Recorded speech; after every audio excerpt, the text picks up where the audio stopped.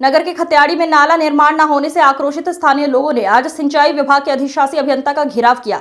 स्थानीय लोगों का आरोप था कि करोड़ों की लागत से नगर में नाले निर्माण हो रहे हैं, लेकिन खत्याड़ी क्षेत्र में स्टेडियम से जीवन ज्योति चिकित्सालय की ओर के नाले का निर्माण कार्य अभी तक प्रारंभ नहीं किया गया है। बरसात के मौसम में नाला नहीं बनने से लोगों के घरों में पानी घुसेगा और जान माल के नुकसान की पूरी संभावना है। स्थानीय लोगों ने सिंचाई विभाग को 15 दिनों का अल्टीमेटम दिया और कहा कि यदि 15 दिन के भीतर नाला निर्माण कार्य प्रारंभ नहीं हुआ तो ग्रामीण उग्र आंदोलन के लिए बाध्य होंगे।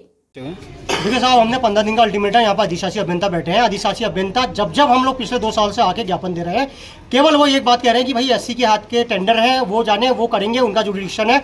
ऐसी अल्मोड़ा बैठते नहीं है। आज भी ऐसी ये पिछले 10-15 दिन से छुट्टी में है। बरसात के दिन आने वाले हैं।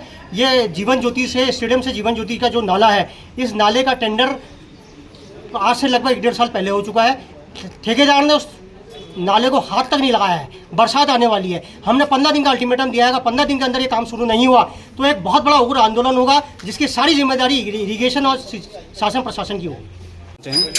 सर, ये इंदिरा कॉलोनी में ऊपर से स्टेडियम से एक नाला आता है जो नीचे जीवन ज्योति रोड तक जाता है, उससे भी आगे को जाता है। उसके वो नाला जब बरसात में अति प्रभावित हो जाता है तो उससे वहाँ के स्थानीय जो मकान वगैरह बने हुए उनको काफ़ी ज़्यादा नुकसान हो रहा है। इस संबंध में हम यहाँ पर आए हुए थे, लेकिन मैंने जब यहाँ पर अधिशासी अभियंता महोदय से ये पूछा कि आपने ठेकेदार को जो है पहले आपने टेंडर की अवधि दी, उसके बाद 2 बार आपने उनको एक्सटेंशन दे दिया है, तो आपके पास कोई नियमावली बनी हुई, उस नियमावली में पिछली बार आप किसी ठेकेदार को एक्सटेंशन दे सकते हैं और वो उस एक्सटेंशन देने का कोई आपका अधिकार होता है या इसके लिए आपकी कोई प्राइवेट मोनोपोली काम करती है। तो उनका ये कहना है कि भैया हम रूल पर चलते हैं, लेकिन हमारे रूल में कहीं पर कोई एक्सटेंशन वाला शब्द अभी तक का नहीं है कि कब तक हम उसको एक्सटेंशन दे सकते हैं।